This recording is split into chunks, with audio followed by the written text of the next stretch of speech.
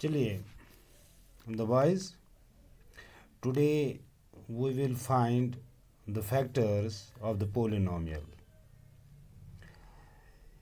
In this question we are given, suppose we are given a polynomial 12x square minus 7x plus 1. This is a polynomial. We have to split it. We have to factorize it. How we can factorize it? चलिए, हमारे पास एक जो quadratic polynomial है like this a x square plus b x plus c, मान लेते हैं ये एक क्वाड्रेटिक पोलिनोमियल है। जब हम इसके रूट्स निकालते हैं, फैक्टर्स निकालते हैं, ये एक्स का कोफिशिएंट जो है वो बी है और ये ए सी इसका प्रोडक्ट। सो इसका मतलब ये हुआ कि हमें बी के बदले ऐसे दो नंबर लाने हैं जिनका sum algebraic sum, that means plus या माइनस करके इस बी के बराबर आना चाहिए। यानी sum of the two numbers, the algebraic sum of the two numbers is equal to b. For example, it is p plus q or p minus q. चूंकि यहाँ पे ये जो प्रोडक्ट है, यानी इसका मतलब ये हुआ कि p इंटू क्यू और माइनस पी क्यू, ये बात हमें याद रखनी है। तो यहाँ पर अगर हम कंपेयर करेंगे इस पोलिनोमियल को इस पोलिनोमियल के साथ, हमारे पास -7 आता है चूँकि अलामत समेत -7। अब चूँकि a जो है यानी एक्स स्क्वायर का कोफिशिएंट है, इसको 1 से ज़रब देंगे तो इसका प्रोडक्ट 12 ही आ गया। तो आपको रिकॉल करना है जहन में कि ऐसे दो नंबर जिनका एल्जेब्रिक सम -7 और उनका प्रोडक्ट, उन्हीं दो नंबरों का प्रोडक्ट +12 आना चाहिए। यानी इसका मतलब यहाँ पर -3 और -4 आएगा। मैं डायरेक्ट कहता हूँ, लेकिन हम ट्रायल मेथड पर भी आएंगे। हम ये भी कहेंगे -2 और -5 भी, वो भी -7 के बराबर है, लेकिन जब हम इनका प्रोडक्ट निकालेंगे वो 12 के बराबर नहीं आएगा। इसलिए वो दो नंबर्स जो हैं वो -3 और -4 है। अब देखिए, -3 को आप -4 से ज़रब दीजिए तो ये +12 आ गया। यानी इसका मतलब ये हुआ, बस ये बात जो है ना, ये बात हमें याद रखनी है जिससे हम सवाल को सॉल्व कर सकते हैं। यहाँ पर ही प्रॉब्लम होती है बच्चे को। बच्चों, आप इस बात को गौर से देखो, ये जो टर्म है, ये मिडिल टर्म, इसको समझने की कोशिश करो। यहाँ पर वेरिएबल जो है उसका कोफिशिएंट देखिए बच्चों, आप इस तरह लिखिए 12x स्क्वायर -3x। अब वेरिएबल को साथ ले लीजिए क्योंकि ये -7x है, -3x -4x प्लस 1।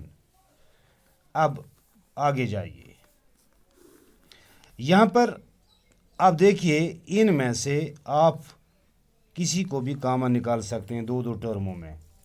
यहाँ 12x स्क्वायर, यहाँ 3x है। क्योंकि 12 इज़ डिविजिबल बाई 3, इसका मतलब ये हुआ कि 3 कॉमन आ सकता है 12 में, और यहाँ एक्स स्क्वायर, यहाँ एक्स, तो एक्स भी आएगा। तो यहाँ हम लिखेंगे 3x इंटू, तो यहाँ आएगा 4x, क्योंकि 12x स्क्वायर को अगर आप 3x से डिवाइड करेंगे तो वो आएगा 12x, वो आएगा 4x। तो यहाँ पर हम लिखेंगे 3x कॉमन, तो अंदर आएगा 4x, यहाँ पर आएगा -1।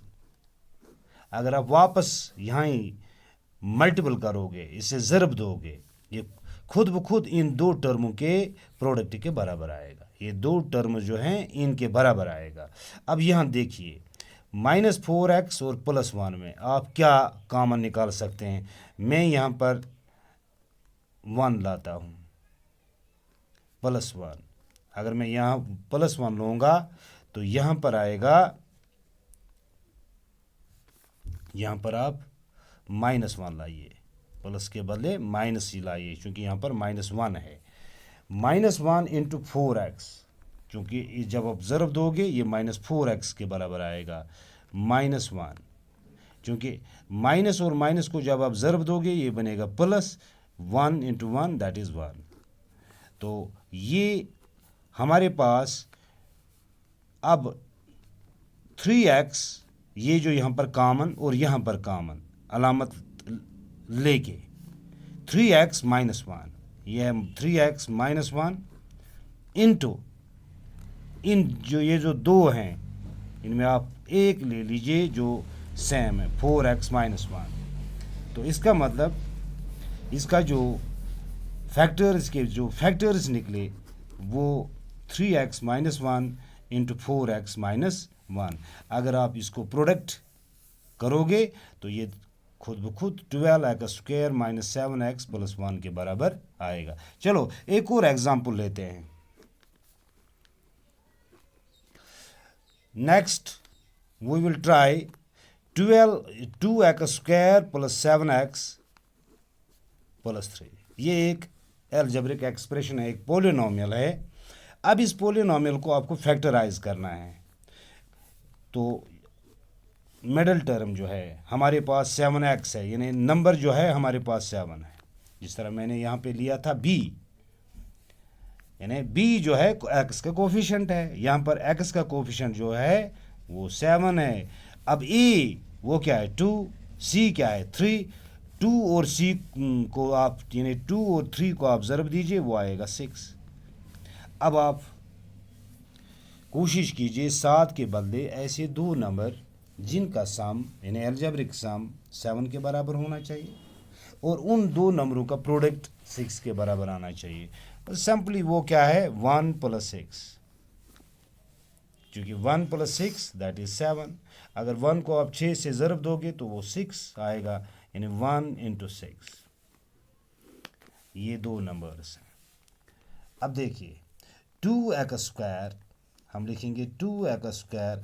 अब 7x के बदले क्या लिखेंगे 1x, यानी दैट इज x। यानी अगर ऐसे भी लिखोगे 1x that is x + 6x + 3। अब देखिए अब हम कॉमन निकालेंगे 1x, वो तो x ही है। अगर यहाँ पर हम x कॉमन निकालेंगे अंदर आएगा 2x + 1, क्योंकि 2x को x से ज़रब दो वो बनेगा 2x²। x को 1 से ज़रब दो वो बनेगा x + 3 into 2x + 1 is equal x + 3, x + 3। अब यहाँ पर कॉमन जो है वो x है, यहाँ पर कॉमन जो है वो +3 है, इसलिए मैंने लिखा x + 3।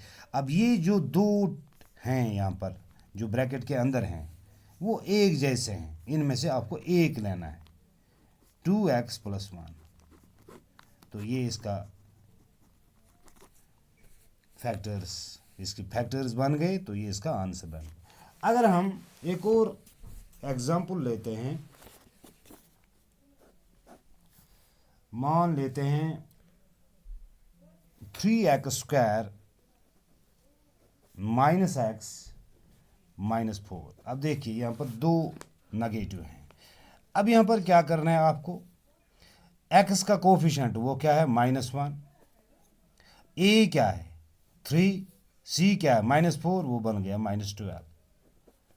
आपको यहाँ पर फोकस करना है, मिडिल टर्म जो है मिडिल टर्म पर फोकस करना है, वहीं से आपको नंबर्स मिलेंगे। वो -1 है और a यानी ए एक्स स्क्वायर अगर हम कंपेयर करेंगे a x square plus b x plus c के साथ, तो हमें क्या आएगा, ए 3, सी क्या आएगा -4, जब आप ज़रब दोगे वो बन गया -12।